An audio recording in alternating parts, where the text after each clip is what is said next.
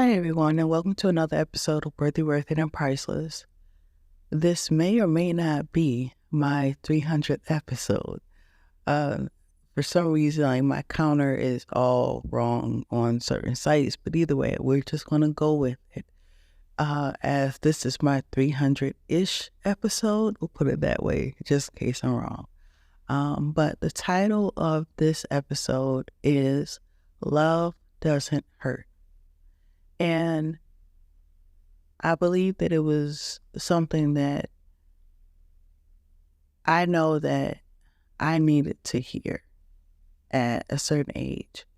Because oftentimes we see what other people go through and we think that that may be love. Like if we're looking at other people as examples, like, oh, well, my situation isn't as bad as that. So you think that what you're going through is love. What I can tell you is that love is not manipulation. It is not hitting you. It is not gaslighting you. It is not cheating on you. It's not making you feel less than a person. And oftentimes we accept things based on love. We believe that because they've been with you, or just because they've been present, that they love you. Oftentimes, depending on the person, it's not always this case, but sometimes people are with you because they just need a place to stay.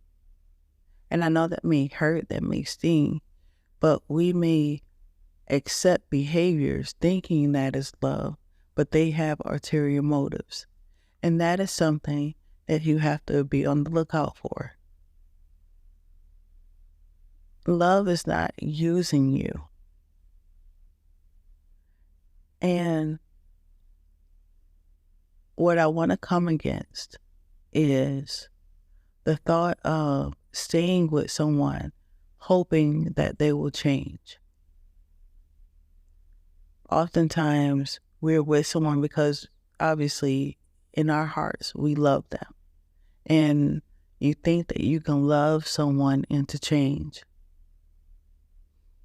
And I can tell you that that may not be the case for everyone. I can't tell you what to do. Like my grandmother said to me one time, she was like, I can't tell you to leave them because I don't have anyone to replace it with. But I can just tell you from my example that, or I can ask you this question. The person that you are with right now, if they were to be this person for the rest of their life, they never change, would you be okay with that? If they never get a job, if they never stop cheating, not saying everybody is in this scenario, but for the premise of this podcast, but if they never stop cheating, they never stop manipulating, they never stop lying, would you be okay with that? And that's a question that you have to ask yourself. And I will say that I know that it's hard to find maybe the right person. But that may be the problem right there. It's not for us to find that person. Let God lead that person to you. What I do know is when someone, for the most part, wants to manipulate you, they want you to believe that there is no one else out there for you, that no one else is going to love you, that no one else is going to accept you. And they try to make it seem as though you are like the worst person in the world and they are the only person that's going to accept you. And I will tell you, that is not the case. They are saying that so they can stay in your life. They are manipulating you to believe that you are the problem, so much so that you don't see what they are doing. That is a form of manipulation. And what I will say as well is toxicness, we'll just put it that way. Toxicness is not love. I don't know where that came from in certain people, or, you've seen it in society. Oh, they love, I love him. He's so toxic, this, that, and third. I'm telling you, in the long run, that toxicness is going to lead you into therapy, honey. And I'll tell you from experience, the more that you accept definitions that are not love, the more what's that situation, you're out of that situation, you have to come up out of. You're going to have to undig yourself out of those things. You're going to have to brush those things off of you. How they talk to you, how they treated you. You're going to have to shake those things off, or basically let God prune those things off of you. So you have to be careful what you accept. Because you may be dating somebody and all they are doing is breaking you down. They see that you have a smile on your face, they're going to say, why are you smiling? You want to go somewhere, they want to ask you where you're going, then they want to go with you. And then if they don't have any money, then they want you to buy things for them. Now all of a sudden, you don't smile no more, you don't want to go nowhere, and you don't have any money. Because you are trying to keep this person in your life. And what I will tell you is that's not love.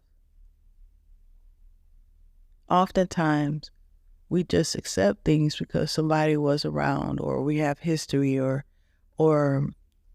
such, things like that. But I will tell you, it's okay to start over. It's not ideal, per se, but it is okay to start over. It is okay to be by yourself. You don't have to be in a relationship. And oftentimes, I know we see everybody else in a relationship, and I know that we want to be loved. But it comes down to a point as well that you have to love yourself. You have to give all of that love to you. It is necessary. It is vital. Give that love to yourself. If you can't find someone or whatever, make sure that you love you. Because I'm telling you,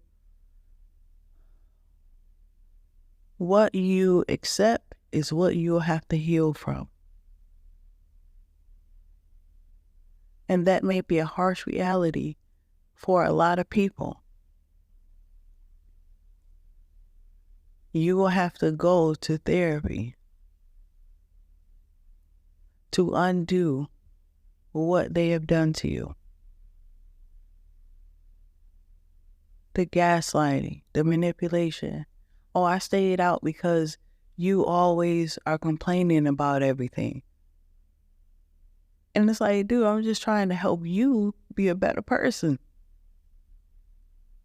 But the more that you do that, you are dragging yourself down.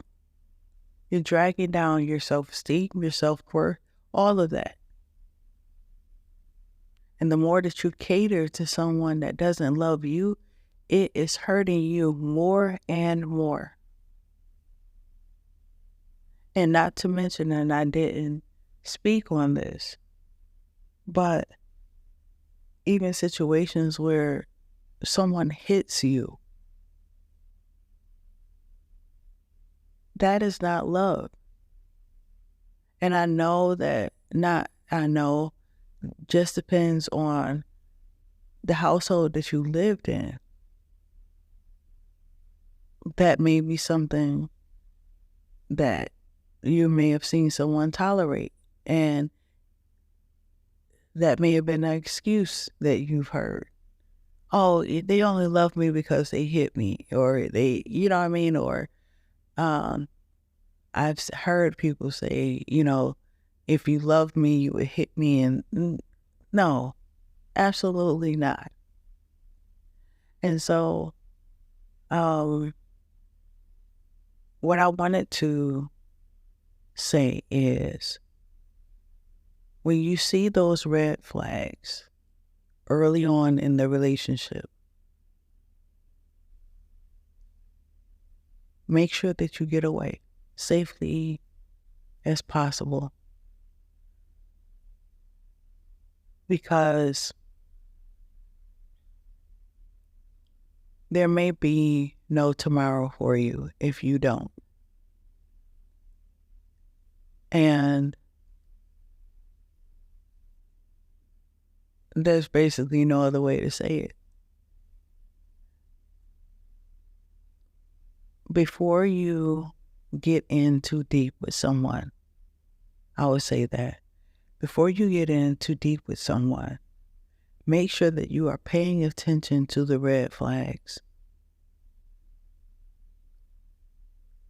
Make sure that you see how someone reacts when they're angry. Oftentimes, we may not see certain things until after we say that we are in a relationship with someone. Because for the most part, we are seeing their representative. So they're on their best behavior.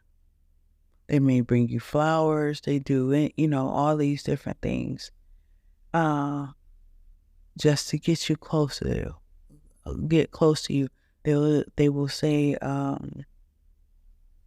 encouraging words, oh, how was your day?